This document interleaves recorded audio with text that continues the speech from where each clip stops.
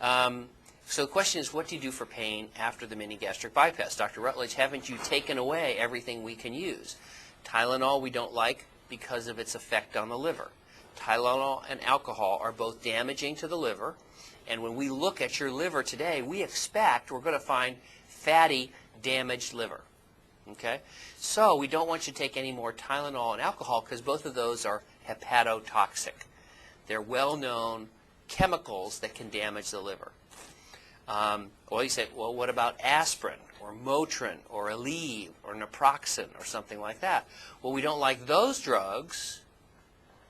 Yeah, but those drugs are not really painkillers, not big-time painkillers. They're over-the-counter or mild pain relievers, and we don't like those drugs because they cause irritation in the lining of the stomach, and Motrin is a double whammy because not only does it cause gastritis and irritation in the lining of the stomach, but in addition, it also damages the liver.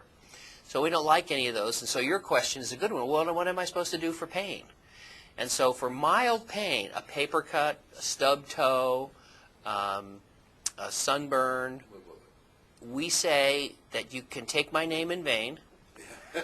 Oh, that Dr. Rutledge. Yeah, but I'm talking about if you get in a car crash. All right, now, so for a mild pain, you do have access before surgery to all these mild pain relievers, and we'd recommend you don't take them post-op. And that if you have a mild pain, we recommend you kind of tough it out. Now, let's suppose you're shot with a gun, you fall out of a building, you're run over by a car, then I have one word for you. Remember the graduate, the guy came up to him and said, I have one word for you. My one word is narcotics. So narcotics are great. Their only side effect is that you can become addicted to them. So you can't use them for everyday pains.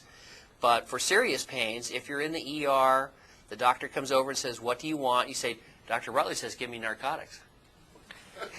I'm supposed to have narcotics. But sir, all you have is a paper cut. I know, but Dr. Rutledge says narcotics.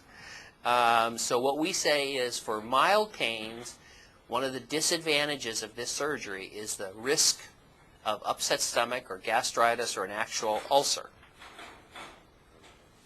And we don't want you then to take any drugs that would cause the risk of ulcers to go up further.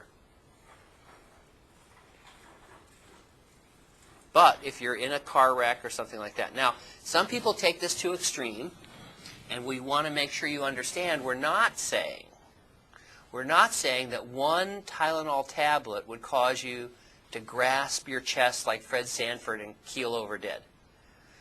So we've actually had a phone call from a very nice former patient of mine, and she was in a hospital bed, and somebody was trying to force her to take a Tylenol, and she got me on the cell phone screaming, Dr. Rutledge, tell him I can't take Tylenol. So she handed the cell phone to the nurse, and I go, hi, who is this? And she said, this is a nurse, and she's supposed to have a Tylenol for a fever. And I said, well, we're not crazy about it, but one tablet I think will be fine. So don't worry about one tablet. But think about this. If I didn't advise against Tylenol, lots of people are taking Tylenol with a handful. You know, they're taking it with a scoop and a bucket. So we're opposed in general to Tylenol and Motrin and things like that. If you had one day of a bad cold and you wanted to take 2 Motrin, we're not opposed to that. But in general, we want to avoid it.